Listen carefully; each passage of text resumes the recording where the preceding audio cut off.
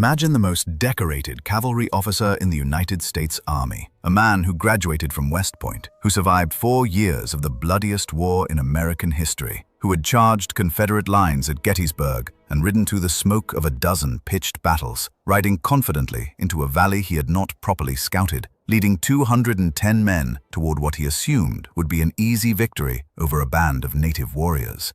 Now imagine that within less than an hour, every single one of those men was dead. Every one, including the officer himself.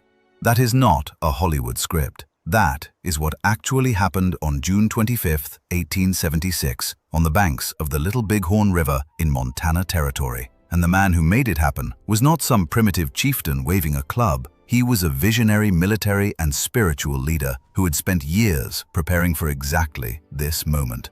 Here is the part that never makes it into the standard textbook. The warriors who crushed Custer that day were not a desperate, ragged band making a final, hopeless stand against an overwhelming foe. They were arguably the largest gathering of fighting men ever assembled on the North American continent up to that point. Estimates vary, but most historians now believe somewhere between 1,500 and 2,000 warriors were present in that valley. They were well armed, superbly motivated, and led by men of genuine tactical genius. When Custer rode over that ridge, he was not ambushing a refugee camp. He was charging into the most formidable military force on the continent. He just did not know it yet. And what makes this story so extraordinary, so worth telling, is not just the battle itself.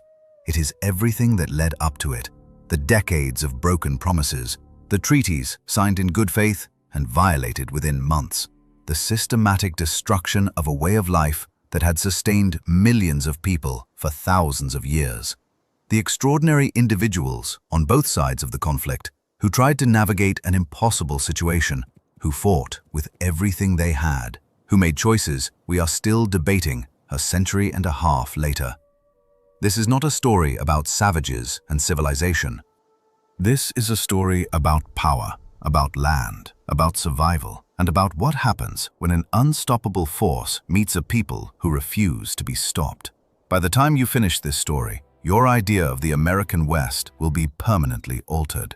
Not because the facts are all different from what you know, although some of them definitely are, but because the frame changes everything. When you understand who Sitting Bull really was, not the cartoon warrior of old Western films, but the actual man, the thinker, the strategist, the poet, the father, you understand why the Battle of Little Bighorn was not a lucky fluke. When you understand Red Cloud's War, the only war in American history that the United States unambiguously lost and was then forced to admit it lost, you understand that the outcome of the Great Plains conflict was never inevitable. And when you understand Geronimo, the last holdout, the man who surrendered not once but 4 times and kept right on fighting, you understand the full, staggering depth of what was at stake. So here is where we begin, not with Custer, not with Sitting Bull, not even with Little Bighorn. We begin with the land itself, because without understanding what the Great Plains were and what they meant to the people who lived there, none of the rest of this story makes any sense at all. The Great Plains, in the middle of the 19th century, were one of the most productive ecosystems on the planet. The grasslands stretched from horizon to horizon in every direction, and they supported a biomass of extraordinary density. At the heart of that ecosystem was the American bison, and estimates of the bison population in the early 1800s range from 30 million to 60 million animals. Think about that number for a moment.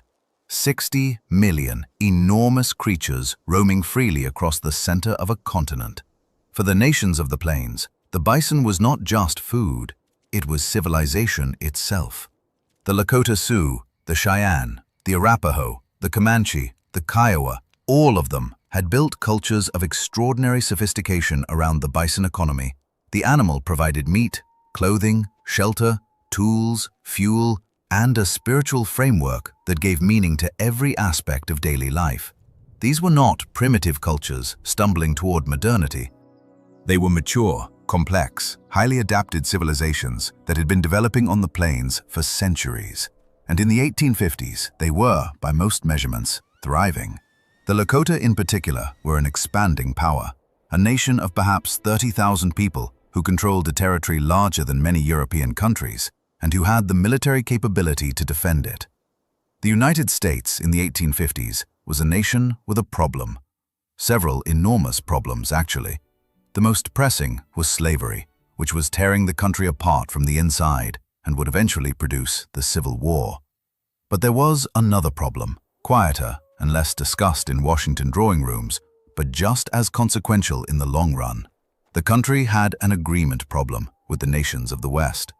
Since the founding of the Republic, the United States government had been signing treaties with native nations, agreements that recognized tribal sovereignty, established boundaries, and promised that the United States would respect those boundaries. And since the founding of the Republic, the United States government had been violating those treaties with remarkable consistency. Not occasionally, not accidentally, systematically. The Fort Laramie Treaty of 1851 was a perfect example of how this process worked. The United States called together representatives of the major Plains nations, the Lakota, the Cheyenne, the Arapaho, the Crow, the Assiniboine, and others, and negotiated an agreement that established territorial boundaries for each nation and promised that the United States would not interfere with those territories. In exchange, the nations agreed to allow safe passage for settlers on the Oregon Trail. It seemed like a reasonable deal. The United States Senate ratified it, the chiefs signed it, and for a brief moment in the summer of 1851, it seemed like something like a framework for peaceful coexistence might be possible on the plains. Then the settlers kept coming. Then the gold rush in California kept pulling men westward. Then the army started building forts along the trails to protect the migrants, and the soldiers in those forts started treating the surrounding territory as if the treaty had never existed. Hunting was disrupted, sacred sites were violated, cattle from emigrant wagon trains destroyed grazing lands. The systematic pressure on bison herds, not yet the industrialized slaughter of the 1870s, but already significant, began to create food shortages among peoples who had never known food shortages before. The Treaty of 1851 lasted approximately 3 years in practical terms, before it became a dead letter, honored in name only, and not even consistently in name. The people of the Plains watched this process with a mixture of anger, confusion, and, in some cases, desperate attempts to find accommodation. Not every leader chose resistance. Some chose negotiation. Some chose relocation. Some chose the painful path of trying to adapt to the new reality. But others, the ones whose names we still remember, chose a different path. They looked at what was happening around them. They looked at the treaties that kept being violated. They looked at the steady encroachment of settlers, and they made a decision. They would fight.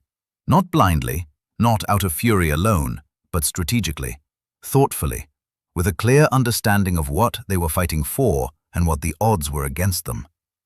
One of the first of these great resistors was a man the Lakota called Mahpia Luta, which translates roughly as Red Cloud. He was born around 1822 in what is now Nebraska, and by the time he was a young man, he had established himself as a warrior of exceptional ability. He was physically imposing, tall and powerfully built, with a presence that commanded attention in any gathering. But what made Red Cloud truly remarkable was not his strength or his courage, though he had both in abundance. It was his political intelligence. Red Cloud understood that the fight facing his people was not just a military fight. It was a political fight, a diplomatic fight, a fight over the very definition of sovereignty and territory. And he approached it accordingly, with the patience of a man who thought in seasons and years rather than days.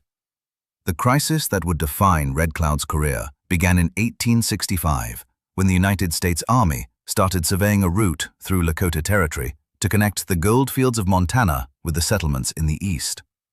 This route, which became known as the Bozeman Trail, cut directly through the heart of the Powder River Country, the richest hunting grounds in Lakota territory, the region that the Lakota considered most sacred and most vital to their survival. The United States did not ask permission to build the trail. They simply started building it. And when Red Cloud heard what was happening, he made a decision that would change the course of American history. He told the commissioners who tried to negotiate with him that there was nothing to negotiate. He told them they could have their trail or they could have peace, but they could not have both. Red Cloud's War, which lasted from 1866 to 1868, is one of the most fascinating military campaigns ever fought on American soil, and it is almost completely unknown to most Americans today. Partly that is because the United States government preferred not to advertise what happened. Partly it is because the outcome does not fit the standard narrative of Western expansion. Because the outcome of Red Cloud's War was this: the United States lost, completely, unambiguously, without qualification. The army was forced to abandon the forts it had built along the Bozeman Trail, burn them to the ground, and sign a treaty acknowledging Lakota sovereignty over the Powder River country. It was the only war in American history that ended with the United States government conceding total defeat to a native nation. How did this happen? How did a nation of 30,000 people with bows and arrows and a relatively small number of firearms force the most powerful military in the Western Hemisphere to turn around and go home? The answer is Red Cloud. The answer is strategic genius applied with absolute consistency over 2 full years of relentless warfare. Red Cloud did not try to fight pitched battles against the army, which would have been suicidal. Instead, he cut the supply lines to the forts. He harassed patrols. He made the soldiers afraid to leave their stockades. He controlled the surrounding countryside so thoroughly that the forts, which were supposed to be military outposts protecting a vital trail, became expensive prisons where soldiers sat behind wooden walls watching their horses get stolen. The defining moment of Red Cloud's War came on December 21st, 1866, in an engagement that has gone down in history as the Fetterman Fight. Captain William Fetterman was stationed at Fort Phil Kearny, one of the 3 forts along the Bozeman Trail, and he was supremely confident in the superiority of the army. He famously boasted that with 80 good men, he could ride through the entire Sioux nation. On that December morning, Red Cloud gave him exactly what he asked for. A small group of warriors, led by a young man named Crazy Horse, appeared near the fort and began taunting the soldiers, drawing their attention. Fetterman led exactly 80 men out of the fort in pursuit. Crazy Horse was one of the most extraordinary warriors of his generation, a man whose fighting ability was already legendary among his own people.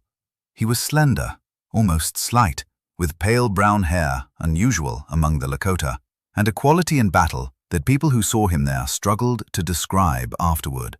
He seemed to have no fear. Not the performed fearlessness of a man trying to look brave, but something deeper and stranger, a genuine indifference to the possibility of his own death that made him almost supernaturally effective in combat. In the Fetterman Fight, Crazy Horse led the decoy party with perfect precision, drawing Fetterman's men exactly where Red Cloud wanted them, over a ridge and into a ravine where hundreds of warriors were waiting in silence. Fetterman and all 80 of his men died in the next 20 minutes, every single one. The army was stunned. The country was stunned. The government in Washington suddenly had to reckon with the fact that its Western military campaign was not going as planned. The Bozeman Trail forts were costing a fortune to maintain. They were not actually protecting anyone, and the Lakota showed no signs whatsoever of giving up. A peace commission was dispatched. Negotiations began, and in the spring of 1868, the United States signed the Second Fort Laramie Treaty, which acknowledged Lakota sovereignty over the Powder River country, guaranteed that the Black Hills would remain Lakota territory forever, and required the army to abandon all 3 of its forts along the Bozeman Trail. Red Cloud had won. When the soldiers marched out of Fort Phil Kearny for the last time, Lakota warriors immediately set it on fire.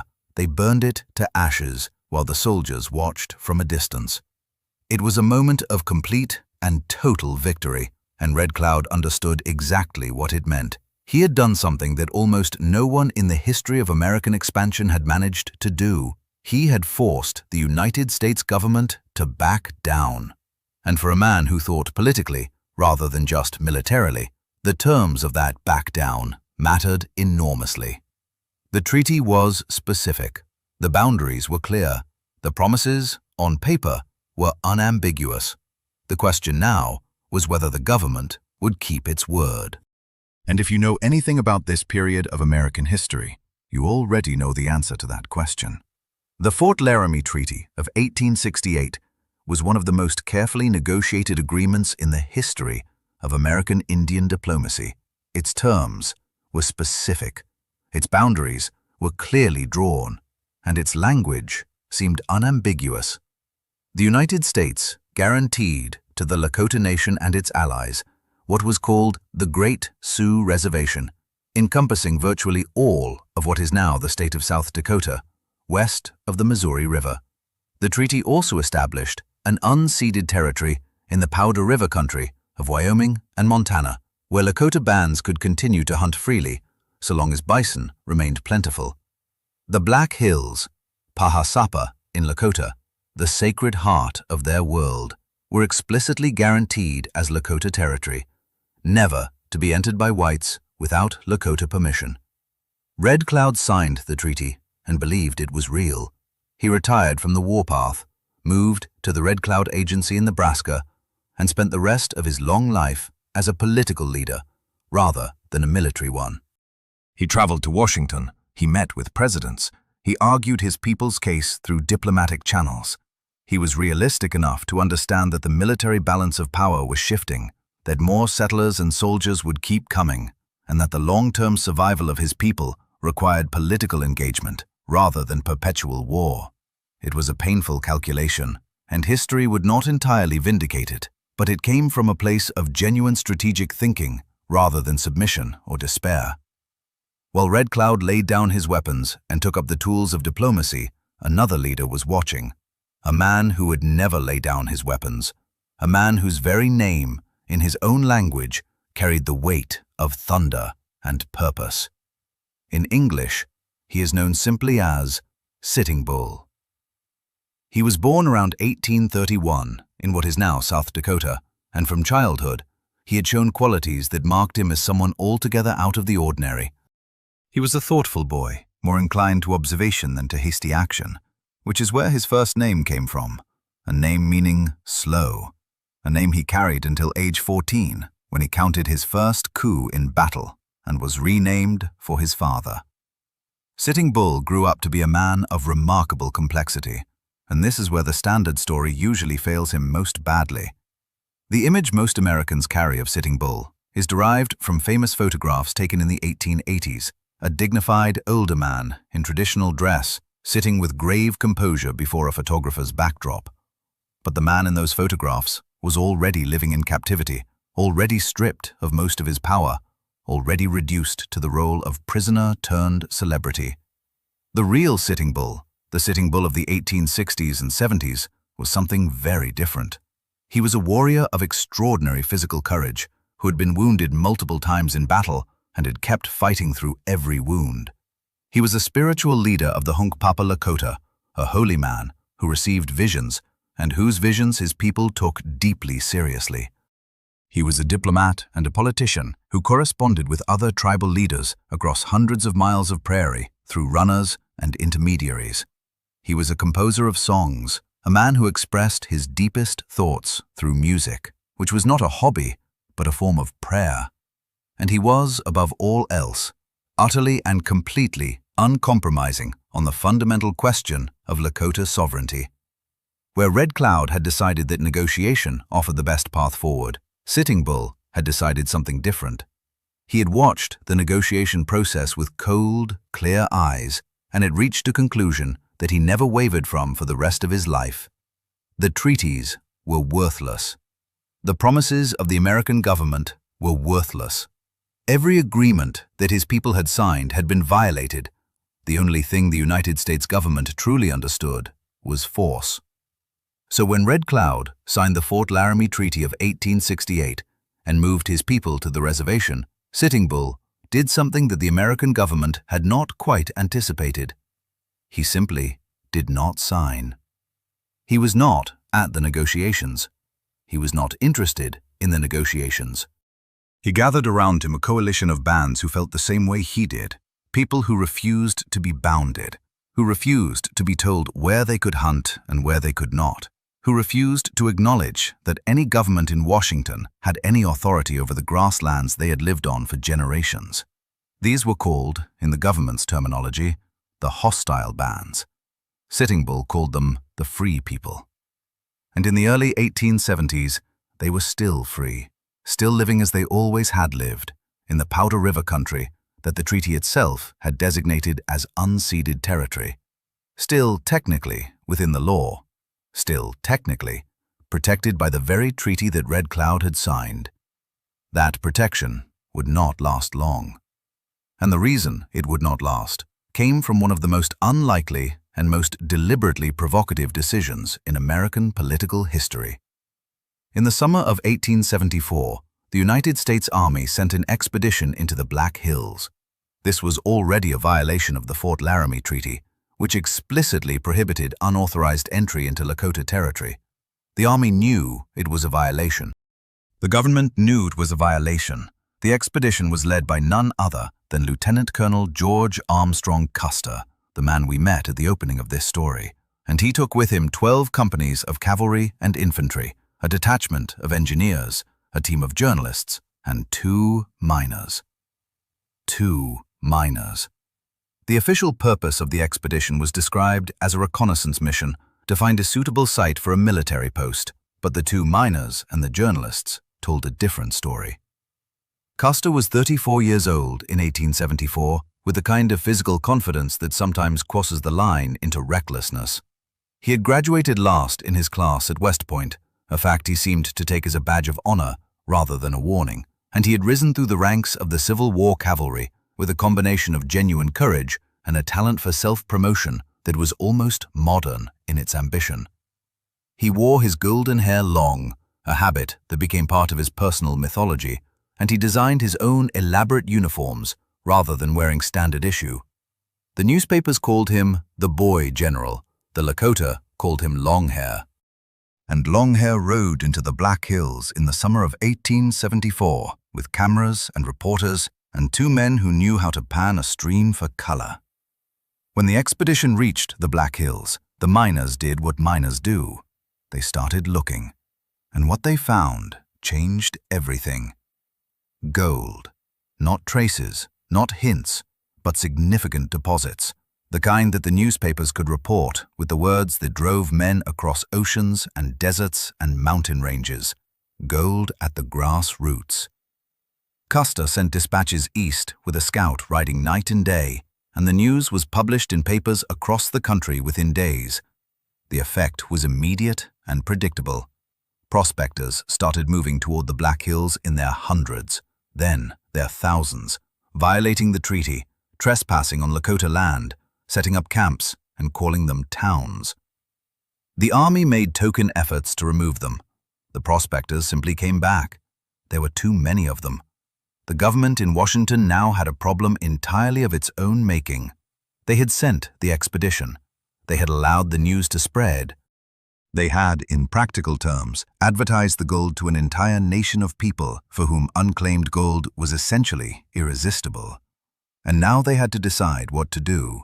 The obvious solution, the legal solution, the treaty-compliant solution, was to keep white settlers out of Lakota territory, as the treaty required. But that was politically impossible. Too many voters wanted access to the gold. Too many newspapers were running headlines about American prosperity waiting in the hills. So the government tried the next option. They attempted to buy the Black Hills from the Lakota. A commission was sent to negotiate the sale in 1875. They met with Lakota leaders at the Red Cloud Agency and made their offer. The government proposed to lease the mining rights for $400,000 a year, or to purchase the Black Hills outright for $6 million. The Lakota leaders conferred, and then something extraordinary happened. One by one, they said no. Red Cloud, who had been trying to work within the system for 7 years, said no. Spotted Tail, the great Brûlé leader, who was generally considered more accommodating, said no.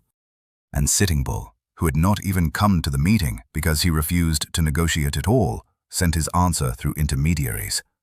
His answer was simpler and more direct than all the others.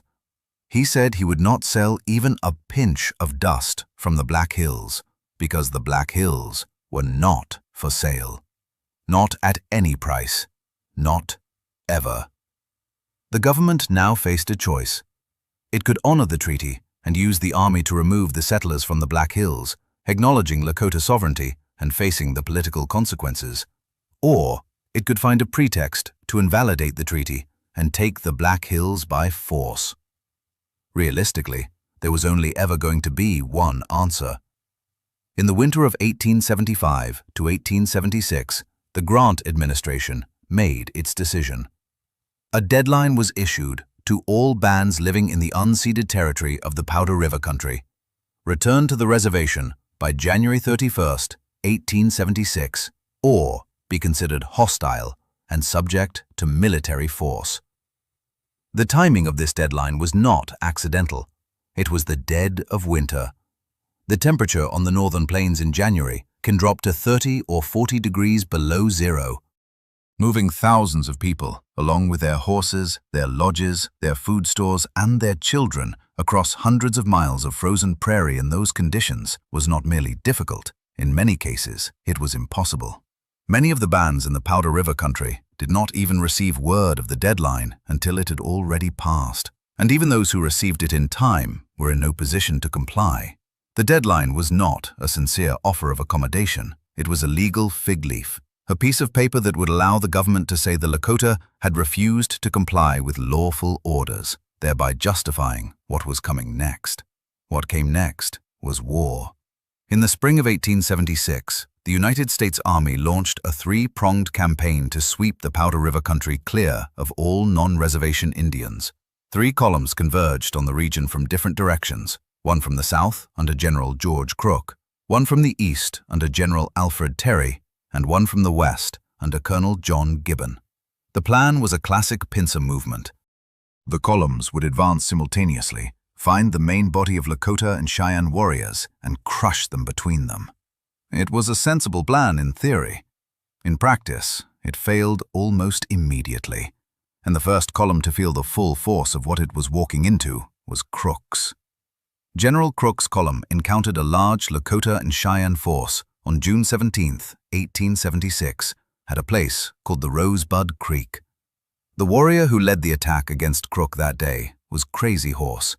The battle lasted 6 hours, an unusual length for a plains engagement, and at the end of it, Crook's column had been fought to a standstill. He retreated, set up camp, and sent for reinforcements. He was effectively out of the campaign. One of the 3 prongs of the Army's plan had been neutralized before the main action even began.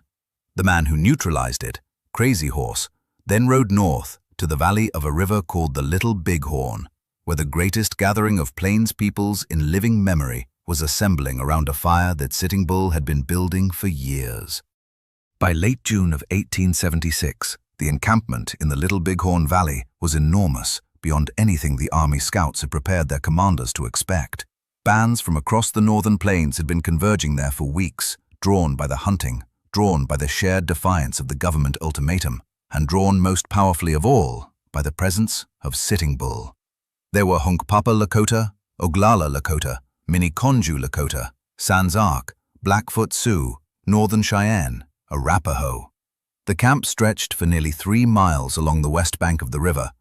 The population has been estimated at between 10,000 and 15,000 people, with somewhere between 1,500 and 2,000 fighting men, many of them veterans of years of plains warfare, many of them armed with repeating rifles purchased through trade. Sitting Bull had held a sun dance earlier that summer, the great ceremony of the Lakota spiritual calendar, in which participants endured ritual piercing and hours of dancing without food or water, entering states of consciousness in which visions could be received. Sitting Bull danced for hours. He cut 100 pieces of flesh from his arms as an offering.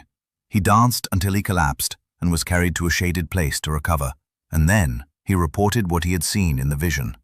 He saw soldiers and horses falling from the sky into the Indian camp, falling like grasshoppers from the clouds, their hats tumbling down around them. He heard a voice saying, "I give you these because they have no ears." The interpretation was immediate and unanimous among everyone who heard the account. Soldiers were coming, and they would be defeated. The camp prepared, and then the soldiers arrived.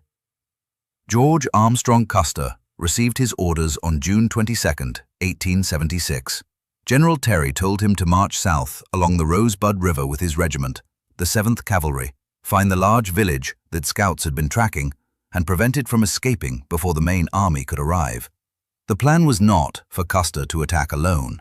The plan was for him to locate the village, block its escape route to the south, and wait for Terry's forces to come down from the north.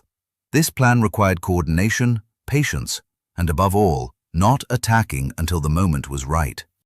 If you know anything about George Custer, you will not be surprised to learn what happened instead. Custer was not a man built for patience. He was a man built for glory, for the kind of dramatic, decisive action that made the newspapers and enhanced the legend. He had political ambitions.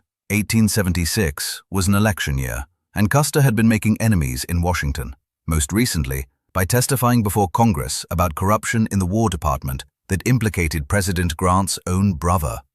He needed a victory. He needed a big, undeniable, front-page victory that would restore his reputation and establish him once again as the nation's preeminent cavalry hero. And he believed, with the absolute certainty of a man who had never yet been proven catastrophically wrong about his own judgment, that the 7th Cavalry was more than capable of providing that victory without waiting for anyone.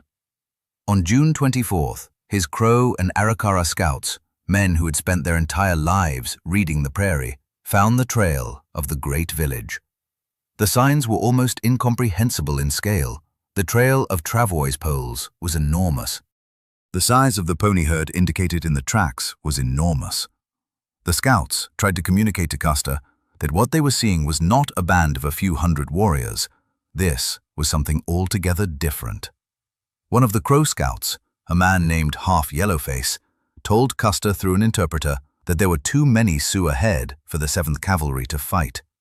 Custer looked at him for a moment and then turned his horse and kept moving forward. On the morning of June 25th, Custer divided his regiment. He split approximately 600 men into 3 battalions. One battalion, under Captain Frederick Benteen, was sent southwest, supposedly to scout for villages that might escape to the south, but effectively removed from the main action entirely. One battalion, under Major Marcus Reno, was ordered to charge directly into the valley from the south end of the village, and Custer himself, with 210 men, rode north along the ridgeline overlooking the river, intending to strike the village from a different angle in what he imagined would be a simultaneous, overwhelming attack. The plan assumed the village was of manageable size. The plan assumed the warriors would panic and flee. The plan was based on a fundamental and catastrophic misunderstanding of what Custer was actually riding into. Reno's charge went badly almost from the first moment. He led his men into the valley, expecting to hit the southern end of a moderate-sized encampment.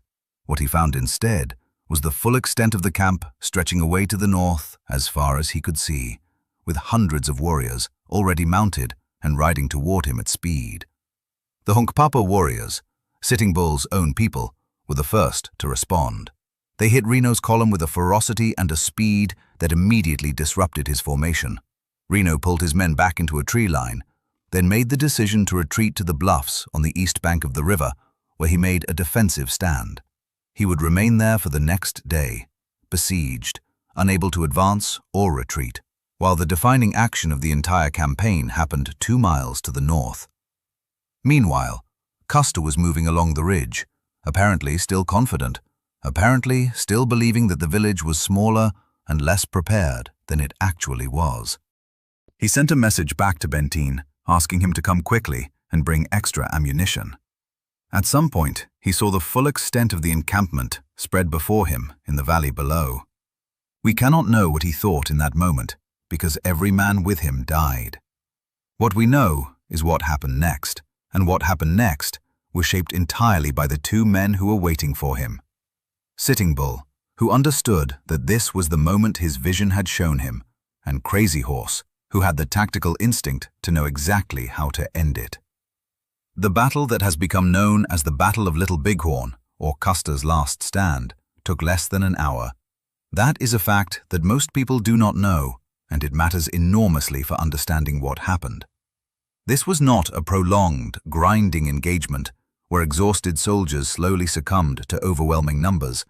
It was a swift, brutal, tactically precise destruction of an isolated military force by warriors who knew exactly what they were doing. Crazy Horse did not lead a frontal charge against Custer's column. He led a large force of warriors on a wide, sweeping arc around the north end of the village, coming up behind Custer's position before the soldiers even understood that a flanking movement was underway. Simultaneously, other warriors came up the ravines from the river valley below. Custer's battalion was not overwhelmed by a single charge. It was enveloped from multiple directions in a coordinated, tactical movement that would have been impressive in any army in the world. The archaeological evidence from the battlefield, which was carefully mapped in the 1980s using metal detectors to find cartridge cases, tells a story of rapid disintegration. The shell casings show that different companies broke apart and retreated in different directions, each group trying to find defensible ground and failing to hold it. There was no heroic last stand, in the romantic sense of that phrase, no ring of soldiers dying gloriously back to back, or their commander led them with a saber. There were panicking men, separated from their companions, running out of ammunition, being overwhelmed in small groups on a series of ridges and ravines that they had never seen before that morning. The whole engagement was over in, by most estimates, somewhere between 40 and 60 minutes, an hour or less. And 210 men of the United States 7th Cavalry were dead. The news of the battle reached the East on July 5, 1876, one day after the centennial celebration of American independence. The country had just spent July 4th congratulating itself on 100 years of national greatness, on the Grand Centennial Exposition in Philadelphia, showcasing American technological and industrial achievement, on the sheer triumphant march of American civilization across a continent. And then the telegraphs started clicking, and the newspapers started composing their front pages, and the country discovered that its army had just suffered the most catastrophic defeat in the history of the Western campaigns. The mood shift was instantaneous and seismic. How? How could this have happened? Who was responsible? And what was the government going to do about it? The newspapers called it a massacre, which tells you something important about the frame of reference they were using. When native warriors killed white soldiers in battle, it was a massacre. When the army killed native men, women, and children, which it had been doing regularly for decades, it was a battle, or a campaign, or a necessary military action. But the word massacre captures the shock that the country felt, even if it does not capture the reality of what had happened at the Little Bighorn. What had happened was a military engagement in which one side had decisively and brilliantly defeated the other. What had happened was that a people who had been told, implicitly and explicitly, that they were incapable of standing against the organized power of the American army had just proved that claim catastrophically wrong. And the man most responsible for that proof was Sitting Bull. Sitting Bull did not celebrate in the way you might expect after such a victory. He had seen the vision at the Sundance. He had known soldiers were coming. He had known they would fall. But afterward, sitting with the knowledge of what had been accomplished, he was not simply triumphant. He was, by the accounts of those closest to him, grave and thoughtful in a way that went beyond the weight of so many deaths. Because he understood, with the same clear strategic intelligence that had guided him for decades, what the victory at the Little Bighorn meant for the immediate future. It meant the army would be back, and they would come in far greater numbers. The United States government would not absorb this defeat quietly. It would not reconsider its policies or its relationship to the treaties. It would look at Little Bighorn and think only one thing: we need more soldiers. He was absolutely right. The Army's response to the Battle of Little Bighorn was swift and overwhelming. Congress immediately authorized the enlistment of additional troops. Reinforcements poured into the region. The campaign continued through the summer and fall of 1876 with a new intensity and a new ruthlessness. The village that had defeated Custer dispersed after the battle, as Plains villages always did, breaking into smaller bands that could move quickly and be sustained by the land.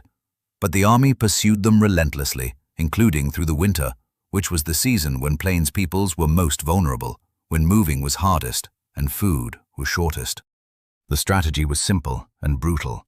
Destroy the food supplies, burn the villages, kill the horses, make it impossible to survive off the reservation. And it worked. The great coalition that had gathered in the Little Bighorn Valley could not hold together indefinitely. Feeding 10,000 people in the unforgiving northern winter required mobility and access to large bison herds that the army was actively disrupting. Band by band, family by family, people began making the agonizing choice to come into the agencies. Some went because they were hungry. Some went because their children were sick. Some went because they could see, with clear and unsentimental eyes, that the odds were becoming impossible. By the spring of 1877, most of the great warriors of the Little Bighorn had surrendered or come into the reservations under conditions that were humiliating and punishing in equal measure. Crazy Horse surrendered at the Red Cloud Agency in May of 1877, riding in at the head of nearly 900 people, his weapons and horses turned over to the army. He was approximately 36 years old. No one knew exactly when he was born, and he had never signed a treaty, never been photographed, never given a speech to a white audience. He was the most famous warrior in the country, celebrated even by his enemies for his battlefield genius, and he could not have cared less about that celebrity. He came in because his people were starving. 4 months after his surrender, during a confused confrontation at the agency in which the army attempted to place him in military confinement, Crazy Horse was bayoneted by a soldier. He died that night, refusing to lie down, insisting to the end that he wanted to die where he could see the sky. His parents took his body and buried him in a place that has never been publicly identified. No one knows where he lies. Sitting Bull did not surrender with Crazy Horse. He was not ready. In the spring of 1877, he led the remaining Hunkpapa and their allies north, across the border into what is now Canada, into the territory of the British Crown. He presented himself to the Northwest Mounted Police, explained his situation clearly, and requested sanctuary. What followed was one of the strangest and most revealing episodes in the entire saga. Sitting Bull in Canada was a diplomatic embarrassment of the first order for two governments simultaneously. The United States wanted him back. The Canadian government did not particularly want him in Canada, but was also not going to hand him over to the Americans in violation of the asylum principle that British justice claimed to uphold. So he stayed. The mounted police officer who dealt most directly with Sitting Bull during those years was Major James Walsh, a man who met him with skepticism and departed each meeting with deepening respect. Walsh reported to his superiors repeatedly that Sitting Bull was one of the most intelligent men he had encountered in his career, native or white, that his grasp of the political situation was precise and sophisticated, and that his dignity, under genuinely difficult circumstances, was remarkable. Walsh and Sitting Bull developed a relationship that neither had anticipated, something approaching genuine mutual regard across an enormous gap of culture and circumstance. But regard does not feed a camp through a Canadian winter. And the bison were disappearing. The destruction of the bison was not a natural ecological process, and it was not an accidental side effect of westward expansion. It was deliberate. American government policy, supported explicitly by Army generals, including William Tecumseh Sherman and Philip Sheridan, encouraged the systematic commercial slaughter of bison herds as a strategic military tool. Professional hunters, armed with powerful rifles and operating at massive scale, killed millions of animals purely for their hides, leaving the carcasses to rot on the prairie. Sherman said it plainly: every buffalo killed is one fewer Indian to feed. Between 1870 and 1880, an estimated 30 million bison were reduced to fewer than 1,000 animals. It was one of the greatest wildlife catastrophes in human history, and it served its intended strategic purpose with brutal efficiency. Without the bison, the free life of the plains was not merely difficult, it was impossible. In Canada, the Hunkpapa watched the herds dwindle season by season. Children went hungry. Elders grew thin. The young men could not hunt because there was nothing to hunt. By 1881, the situation had become desperate enough that even Sitting Bull, the most uncompromising of all the holdouts, could see no alternative. On July 19th of that year, he crossed back into the United States and surrendered at Fort Buford in what is now North Dakota. He turned over his rifle to his 8-year-old son, Crowfoot, and had his son hand the weapon to the military commander. It was a gesture of extraordinary calculated dignity. He was saying, through that act, that his son's generation would bear the weight of what was being done to them, and that he wanted it remembered exactly who was surrendering to whom and why. He was held as a prisoner of war for 2 years before being released to the Standing Rock Agency, where he lived in increasing frustration, watching the reservation system grind down his people, watching the land be carved up and sold under the Dawes Act of 1887, watching the government consistently violate even the reduced terms of reservation life. He refused to fade quietly into the role of defeated elder. He continued to speak, to argue, to organize resistance through whatever channels were available. And in a turn that says everything about how American popular culture processed the Indian Wars, he joined Buffalo Bill Cody's Wild West show for a season in 1885, traveling across the United States and Canada, performing for paying audiences who came to see the man who had defeated Custer. He was paid $50 a week. He gave most of the money away to the crowds of poor children he saw in every city he visited, which tells you more about the man than any battle ever could. While Sitting Bull was navigating the impossible terrain of reservation politics in the North, in the Southwest, a different story was playing out, with equal intensity and equal ferocity.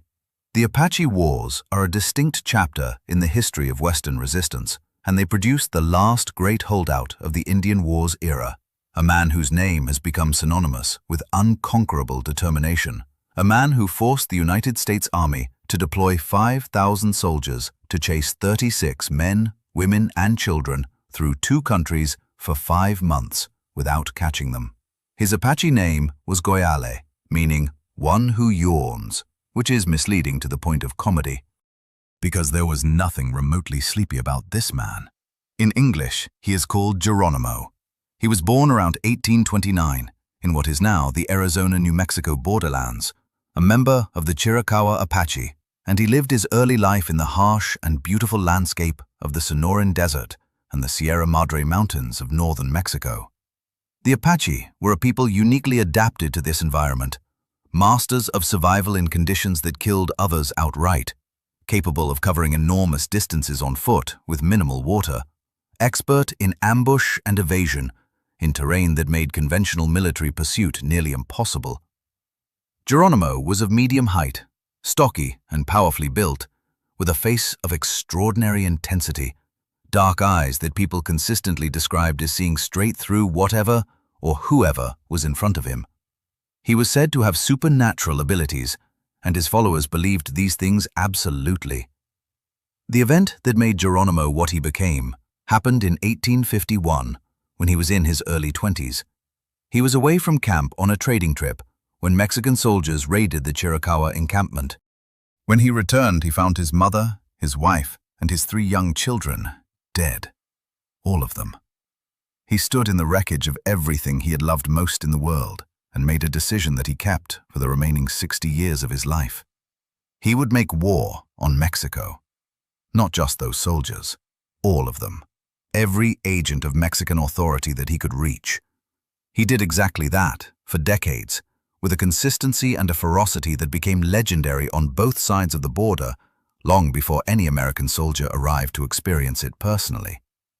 The American phase of Geronimo's wars began after the Civil War, when the United States Army moved into the Southwest in force and began relocating Apache bands onto reservations.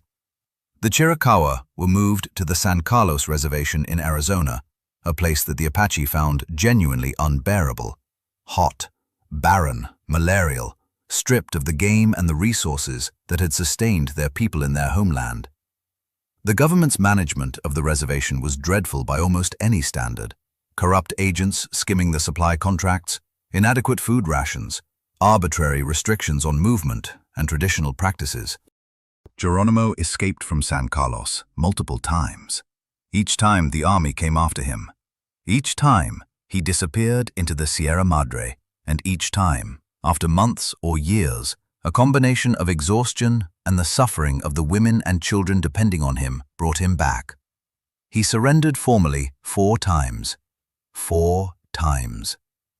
Each time he was promised that if he came in peacefully, his people would be treated fairly, their grievances would be addressed, and their lives would be made livable.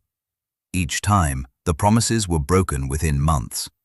The 4th and final time he surrendered, in September of 1886, he surrendered to General Nelson Miles, having led a band of 36 men, women, and children on a 5-month evasion across 2 countries, while 5,000 United States Army soldiers and 3,000 Mexican soldiers hunted them across some of the most brutal terrain on the continent.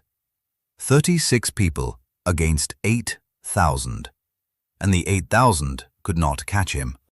He surrendered not because he was defeated in battle, but because Miles made promises he did not keep, and because Geronimo was finally, after 4 decades of resistance, willing to believe one more time that perhaps things could be different. They were not different. Geronimo and the entire Chiricahua Nation, including those who had served as scouts for the very army that hunted him, were loaded onto trains and shipped to Florida as prisoners of war. Then to Alabama, then to Fort Sill in Oklahoma. They were never allowed to return to Arizona. The Apache homeland was given to settlers, and Geronimo became something no one had quite anticipated, a celebrity. He was, by the first decade of the 20th century, one of the most famous men in America. He performed at the St. Louis World's Fair in 1904. He rode in Theodore Roosevelt's inaugural parade in 1905, prompting him to petition Roosevelt directly for permission to return to his homeland. Roosevelt refused. He sold autographed photographs of himself for 25 cents each and spent the money however he wished. And throughout all of it, he kept petitioning, kept requesting, kept insisting that his people's treatment was unjust. He was right. Nobody who mattered listened. Back on the northern plains, in the late 1880s, a spiritual movement called the Ghost Dance spread rapidly across the reservations. It had begun with a Paiute holy man named Wovoka, who had received a vision in which the dead would rise, the buffalo would return, and the old life would be restored. The Ghost Dance ceremony, in which participants danced in circles for days at a time, wearing shirts believed to have spiritual protection, was a profoundly human response to an almost unbearable situation. People who had lost everything within a single generation reached for the one thing that could not be taken from them: faith. They believed. And the United States government, watching tens of thousands of people on reservations participate in mass ceremonies involving trance states and claims of supernatural protection, did what frightened governments often do. They panicked. Local Indian agents sent increasingly alarmed reports to Washington. The military was put on alert, and the government made a decision that ensured the tragedy that followed. They decided to arrest Sitting Bull, who had been allowing ghost dance ceremonies at Standing Rock, and whose mere presence, even as an aging man in his late 50s, was considered a threat to order. On December 15, 1890, Indian police sent to arrest him arrived at his cabin in the early morning darkness. A crowd gathered around the police and their prisoner. Voices were raised. Someone fired a shot. In the chaos that followed, Sitting Bull was shot in the head. The man who had never been defeated in battle, who had outlasted Custer, outlasted the Canadian exile, outlasted 2 decades of imprisonment and dispossession, died in the dirt outside his own home. His circus horse, trained by Buffalo Bill to perform at the sound of gunfire, began going through its tricks in the middle of the chaos and the dying. 2 weeks later, on December 29, 1890, a band of Mini-Konju Lakota who had been traveling toward the Pine Ridge Agency were intercepted by the 7th Cavalry, Custer's old regiment, near a creek called Wounded Knee. They were brought into camp. In the morning, the soldiers began confiscating their weapons, Exactly what triggered what followed is disputed and may never be fully resolved. A shot was fired. The soldiers opened fire with rifles and artillery. By the time it was over, approximately 250 to 300 Lakota men, women, and children were dead. Many of the bodies were found scattered across a wide area, some as far as 2 miles from the camp, people who had been shot while running. It was December. The temperature was below zero. The bodies froze where they fell. Wounded Knee has been called a battle, a massacre, an atrocity. 20 soldiers received the Medal of Honor for their actions there. In recent decades, there have been sustained and serious calls to revoke those medals. What Wounded Knee unambiguously was, in the arc of this story, is the end. The end of armed resistance on the northern plains. The end of the era that had begun with Red Cloud's War and peaked at the Little Bighorn. The last echo, violent and terrible, of a world that had been systematically destroyed over the previous half-century through a combination of broken treaties, deliberate ecological destruction, military force, and the sheer, overwhelming pressure of a civilization that wanted the land and intended to have it. And here is what I want you to sit with as this story closes. The men who died at Little Bighorn in 1876, Custer's men, are commemorated by a national monument that covers the entire battlefield. The name of every one of those 210 soldiers is carved in stone. Visitors come from around the world. It took until 1991, 115 years after the battle, for the National Park Service to add any memorial at all to the native warriors who died there. 115 years. The people who died at Wounded Knee, the 250 women and children and men killed 2 weeks before 1890 ended, their names were not incorporated into any national memorial until the 21st century. Red Cloud lived until 1909, outlasting almost everyone who had shared this story with him. He spent his last decades at the Pine Ridge Agency, nearly blind at the end, but still politically active, still arguing, still insisting that his people were owed the dignity the treaties had promised them. He outlived Crazy Horse by 32 years. He outlived Sitting Bull by nearly 2 decades. He saw the world he had fought for in the 1860s transformed beyond recognition into a country that barely remembered what had been there before. He said in his last years that he had made a mistake by trusting the government, that the treaties had proven worthless no matter how carefully they were written. Whether a harder line would have changed the ultimate outcome is one of the great unanswerable questions of American history. Geronimo died at Fort Sill, Oklahoma, in 1909, the same year as Red Cloud, still technically classified as a prisoner of war, still officially an enemy of the United States, never having been allowed to return to Arizona. He had outlived his enemies, outlived most of his contemporaries, outlived the era that had produced him. He was buried at Fort Sill, far from his homeland, in soil that had never been his. So now I leave you with the question I want you to take into the comments below. When we look at Red Cloud, Sitting Bull, Crazy Horse, Geronimo, what exactly do we see? History has called them many things: warriors, savages, resistors, patriots. The standard American narrative has often framed them as tragic figures who could not adapt to the inevitable march of progress. But here is what the evidence actually shows. These were men of exceptional intelligence, extraordinary courage, and sophisticated strategic thinking, who were fighting to preserve their civilizations, their families, their lands, and their ways of life against an enemy with overwhelming material advantages. They won battles that should have been impossible. They negotiated with a government that negotiated in bad faith, and sometimes won real concessions through sheer skill and determination. They endured conditions that would have broken most people and kept fighting anyway. Were they heroes? Were they simply warriors defending what was theirs by every legal and moral standard their world recognized? Were the men on the other side, the soldiers and the settlers and the politicians, villains? Or were they something more complex than any of those labels allow? That complexity That refusal to fit neatly into a simple story of good and evil is exactly what makes this history worth spending time with. Write your thoughts in the comments. What do you think? Was there any version of this story that could have ended differently? Could the promises have been kept? Could the two civilizations have found a way to share the land?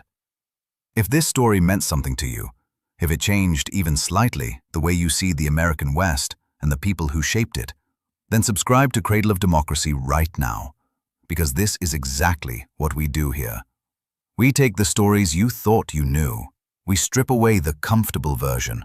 We look at what is actually inside, and we put them back together in a way that finally makes sense. There is a video on this channel about the Civil War that will do the same thing to everything you think you know about Abraham Lincoln. Click it. You will not see him the same way afterward. And we will see you there.